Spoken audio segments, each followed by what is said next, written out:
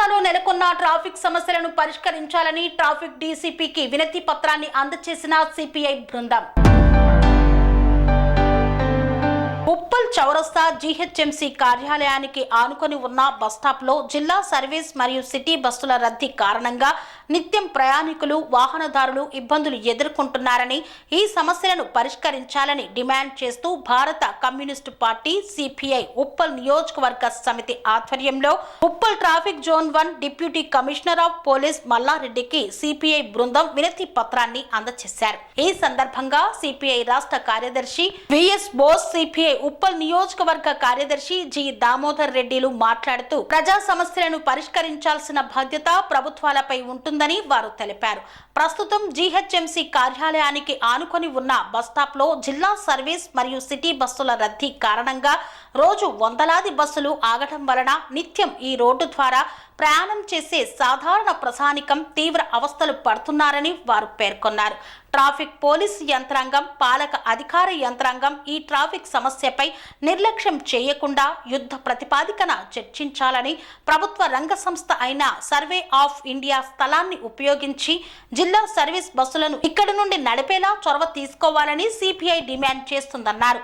ఈ అంశంపై త్వరలో సిపిఐ ఆధ్వర్యంలో రాజకీయ పోరాటం నిర్వహించనున్నట్లు తెలిపారు. ఈరోజు ఉప్పల్ నియోజకవర్గం అలాగే ఉప్పల్ మండలం తరఫున ఉప్పల్ చౌరస్తాలో జరుగుతున్నటువంటి ట్రాఫిక్ ఇబ్బందుల మీద డీసీపీ గారికి రిప్రజెంటేషన్ ఇవ్వడానికి వచ్చాం. డీసీపీ గారు వేరే మీటింగ్లో ఉండటం మూలంగా ఆఫీసులో ఇమ్మని చెప్పి ఫోన్ ద్వారా తెలియజేయడం జరిగింది. ఆఫీసులో రిప్రజెంటేషన్ సబ్మిట్ చేసాం.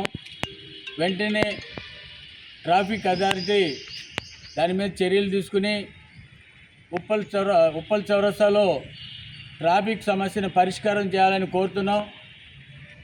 డిస్ట్రిక్ట్ సర్వీసులన్నీ కూడా ఇక్కడే ఉంటాం. రోడ్డు ఒక బస్ స్టాండ్గా అయిపోవటం అనేది చాలా విచారకరం.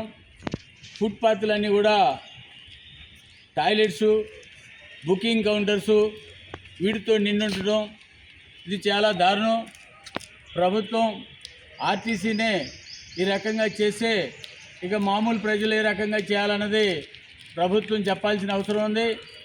ప్రభుత్వం ట్రాఫిక్ వాళ్ళు కేవలం ప్రజలకే నీతులు చెప్తూ వాళ్ళు చేసే దాంట్లో ఎలాంటి ప్రజలకు ఇబ్బంది కలిగించేటువంటి సమస్య పనులు చేయడం అనేది చాలా బాధాకరం. వెంటనే దీన్ని పరిష్కారం చేయాలని కోరుతున్నాం. పరిష్కారానికి వాళ్ళ దగ్గర కనుక పరిష్కార మార్గాలు లేకపోతే మళ్ళీ మాకు టైం ఇస్తే తప్పనిసరిగా పరిష్కార మార్గం చూపిస్తాం. పరిష్కార మార్గాన్ని ఆలోచించకుండా కేవలం ప్రజలను ఇబ్బంది పెట్టడం అనేది సరైనది కాదు.